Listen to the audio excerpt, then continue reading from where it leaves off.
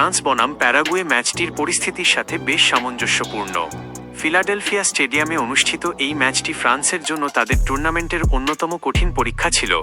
ম্যাচটির প্রেক্ষাপট বিশ্লেষণ করলে দেখা যায়, প্যারাগুয়ের কৌশল, প্যারাগুয়ে শুরু থেকেই অত্যন্ত সুশৃঙ্খল একটি লো ব্লক ডিফেন্স সাজিয়েছিল। তারা ফ্রান্সের ছন্দ নষ্ট করতে বারবার কৌশলগত ফাউল, সময়ক্ষেপণ এবং ফ্রান্সের তারকা খেলোয়াড়দের মানসিকভাবে উত্ত্যক্ত করার চেষ্টা করছিল।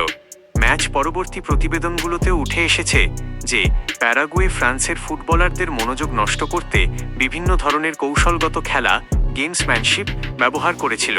ফ্রান্সের প্রতিক্রিয়া, ফ্রান্সের জন্য এটি ছিল একটি অ্যাট্রিটেশনাল বা ক্ষয়িষ্ণু লড়াই।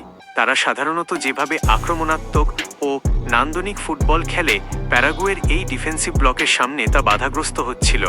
এমবাপের পেনাল্টি গোলের পরও ম্যাচটি বেশ উত্তপ্ত ছিল, যেখানে বারবার খেলোয়াড়দের মধ্যে বিবাদ, মিলি এবং রেফারির সিদ্ধান্তের বিরুদ্ধে প্রতিবাদ দেখা গেছে। পরিস্থিতির প্রভাব, এমবাপের মতো খেলোয়াড়দের লক্ষ্য করে বারবার ফাউল করা হয়েছিল, যার একটিতে রেফারির ভূমিকা নিয়েও সমালোচনা হয়েছে।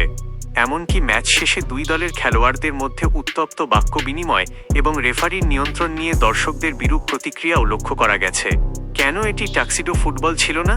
ফুটবলে সাধারণত টাক্সিডো ফুটবল বলতে বোঝায় অত্যন্ত শৈল্পিক ও সাবলীল আক্রমণাত্মক খেলা। কিন্তু 4 জুলাইয়ের ম্যাচটি ছিল মূলত টিকে থাকার লড়াই।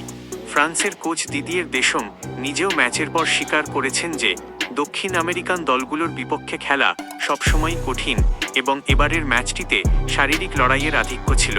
ফ্রান্স 1-0 ব্যবধানে জয়ী হয়ে কোয়ার্টার ফাইনালে মরক্কোর বিপক্ষে খেলার টিকিট নিশ্চিত করলেও এই ম্যাচটি দীর্ঘ সময় ফুটবল প্রেমীদের মনে থাকবে মূলত এর উত্তেজনা, শারীরিক তীব্রতা এবং প্যারাগুয়ের রক্ষণাত্মক কৌশলের জন্য।